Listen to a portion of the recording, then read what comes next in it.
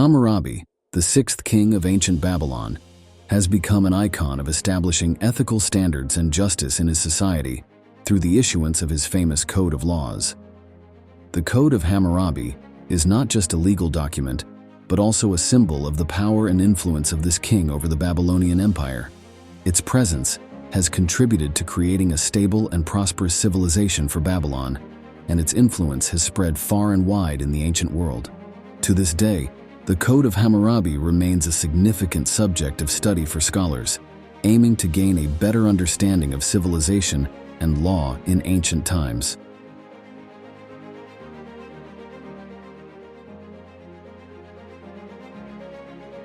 In 1901, a French archaeological expedition discovered the Code of Hammurabi engraved on a 2.44-meter-high basalt stele located in the square of the city of Susa, now part of present-day Iran. This code was created by Hammurabi, the sixth king of Babylon. Today, it is preserved at the Louvre Museum in France. The upper part of the stele features the image of the Babylonian deity Shamash, with King Hammurabi standing before the deity. His right hand is raised, showing reverence or readiness to receive the scepter and the ring, symbols of the power bestowed by the deity. According to researchers, the Code of Hammurabi emerged during a period of economic prosperity in the Mesopotamian region, particularly in agriculture and trade. These economic activities created a need for a legal code to resolve disputes in civil relations. From this need, the Code of Hammurabi was built upon the oral traditions of the Sumerians and Amorites. The code is written in ancient Babylonian cuneiform script and consists of three main parts: the prologue, the laws, and the epilogue, totaling 282 articles. However, historians can only decipher 247 laws, as 35 were destroyed by invasions. The prologue of the code declares that the gods entrusted the land to the king to make it prosperous and the people well-fed. The epilogue threatens punishment for those who do not respect or obey the law. The combination of divine human rights and legal aspects made the code more sacred for the purpose of governing the people.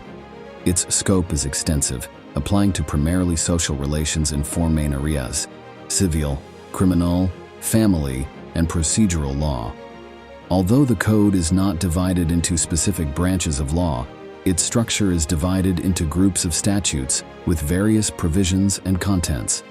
The content of the code reflects an overview of economic, political, cultural, and social activities, as well as all aspects related to the material and spiritual life of the Babylonian people.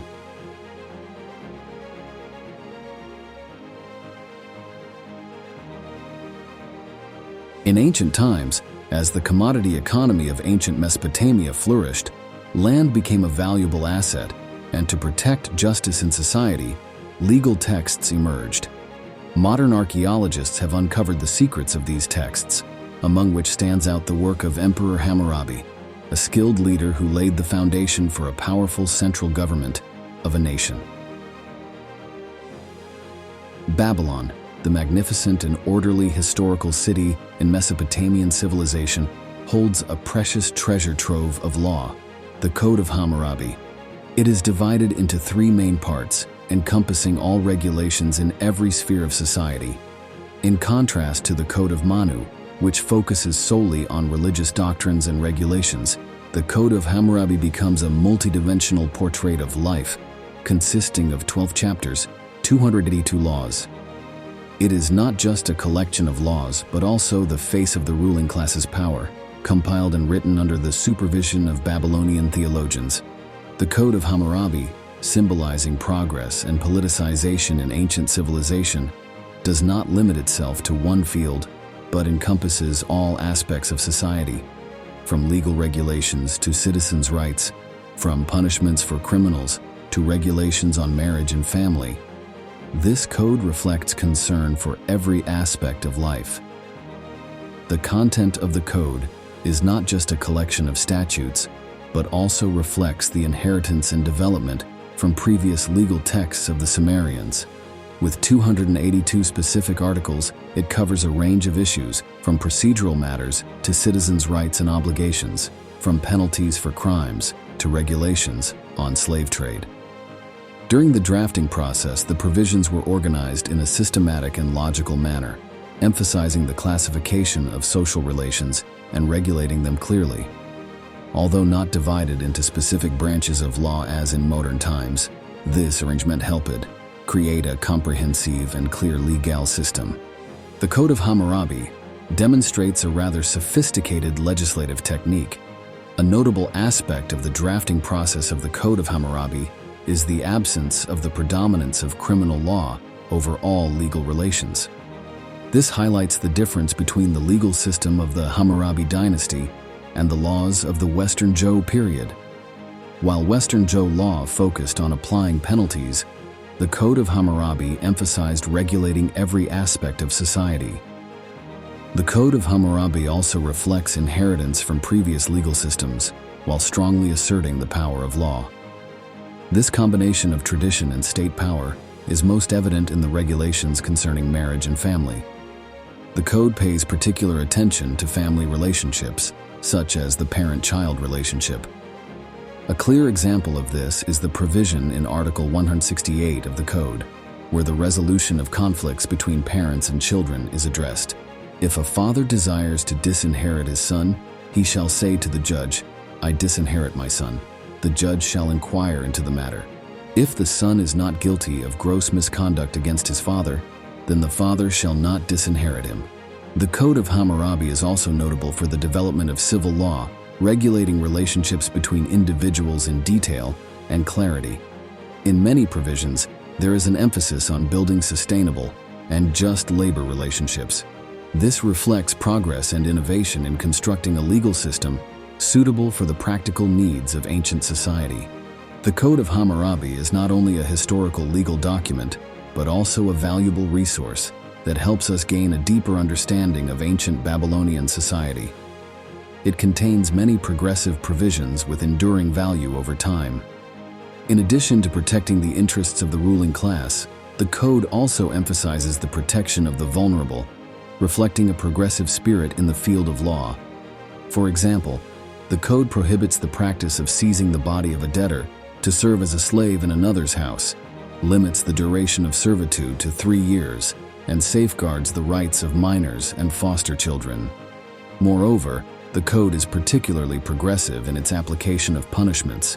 It proposes a system of criminal sanctions to address various offenses, ranging from minor to severe. However, the imposition of severe penalties is restricted for certain individuals.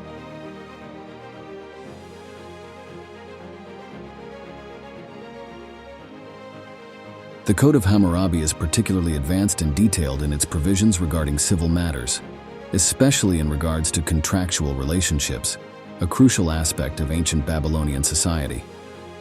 The regulations are not only progressive in content, but also meticulous in legislative technique. In regulating sales contracts, the law clearly stipulates 3 necessary conditions. The seller must be the true owner of the property must have utility value, and the contract must have a witness. Failure to meet any of these conditions renders the contract void. Violators will be severely punished, even potentially paying with their lives. This provision demonstrates progressiveness and caution in protecting the rights of buyers and preventing fraud in transactions. In regulating loan contracts, the law also clearly stipulates interest rates and collateral, depending on the type of contract. However, it can be observed that the law primarily protects the interests of the ruling class, while poor laborers are often disadvantaged in this legal system. This reflects discrimination between social classes and is a limitation of the Hammurabi Code, as well as many other legal systems worldwide, where class division still exists. Marriage and family provisions. The Code of Hammurabi not only focuses on imposing strict penalties, but also on regulating family matters, especially regarding marriage and family, an integral part of ancient Babylonian society. These provisions are very detailed and humane, reflecting certain gender roles and social norms. The law clearly stipulates marriage procedures, including the need for documentation to protect the rights of both parties in case of divorce. This is a progressive step compared to some other ancient East Asian countries where marriage often involves merely buying a wife without protection for women. Another humane provision is the prohibition of husbands abandoning wives with leprosy, with measures to protect the wife's rights in such cases. However, the law also reflects a dual standard regarding gender and social status. Women typically have lower status, and husbands are often seen as the heads of the household. The husband's rights are usually more dominant, and if there are no children, he has the right to divorce or sell his wife. Penalties for adultery are also unjust between men and women, indicating inequality between the genders in ancient Babylonian society. On inheritance provisions, according to Aristotle's perspective, inheritance rights involve receiving property from the deceased according to the legal order. This includes inheriting estates and fulfilling the property obligations of the deceased. The Hammurabi Code distinguishes between two main forms of inheritance: inheritance by law and inheritance by will, with inheritance by will becoming more common over time. Inheritance by will entails carrying out the subjective will of the property owner, deciding how to use the property after death. The law limits the freedom of the testator, particularly stipulating that a father cannot disinherit his son if the son commits a minor offense for the first time, and it is not serious. Inheritance by law occurs in cases where there is no will or the will is invalid. In such cases, the deceased's property is divided according to the law, transferred to those entitled to inherit according to legal provisions. Initially, property tends to concentrate within the lineage, but later, it shifts to the family with inheritance rights and becomes the family's common property. Unlike some other ancient East Asian countries where only sons could inherit, Lung-Ha law does not differentiate between sons and daughters, granting them equal inheritance rights. This can be seen as a minor gender equality in Mesopotamia. Regarding criminal matters, in ancient Mesopotamian society, the realm of criminal law was where the inequality and class distinctions were most evident. Hammurabi's code established principles to protect the rights and status of husbands and fathers within the family, while also reflecting the vulnerability and susceptibility of women in this society. The laws also safeguard social relations, such as property rights, the institution of slavery, and human dignity. Hammurabi recognized three social classes: the elite, free citizens without land, and slaves. Penalties were stipulated rigorously, especially for offenses against individuals of higher status. Gender equality was demonstrated by both sons and daughters having inheritance rights. However, the code still upheld principles of equal retaliation, allowing for punishment of those unrelated to the perpetrator. Nevertheless, it distinguished between unintentional and intentional crimes, creating a more equitable judicial system. A progressive aspect in the field of criminal law was the strong differentiation between unintentional and intentional offenses. For example, the law stipulated that in cases where a fight resulted in someone's death, if the perpetrator could prove that the death was unintentional, they would not face capital punishment, but rather a lesser penalty. This was one of the more objective provisions in criminal proceedings, making the legal system more equitable. In ancient society, litigation was a crucial process for resolving disputes. Hammurabi's code established numerous provisions regarding legal procedures such as arrest, detention, and trial, while also laying down fundamental principles like public trials and the importance of evidence. A notable feature is the accountability of judges, who were required to take responsibility and compensate if errors were found in their rulings. This encouraged objectivity and caution from judges, ensuring fairness in the trial process. However, the code also had certain limitations, such as a lack of high abstraction and lengthy provisions detailing specific behaviors. Many clauses were related to criminal law and paid little attention to civil relations. It is also worth noting that most criminals were subject to capital punishment, leaving little room for rehabilitation and redemption. Despite its primitive nature, Hammurabi's code had a significant influence on the legal systems of other ancient civilizations, particularly ancient Hebrew law. While some remnants of ancient legal customs persisted, Hammurabi's code introduced many new elements, especially regarding the law of slave ownership. The significance of Hammurabi's law lies in how its introduction of new elements in the law of slave ownership to a certain extent propelled the continued dismantling of vestiges of feudalism and strengthened the entire system of slave ownership in general.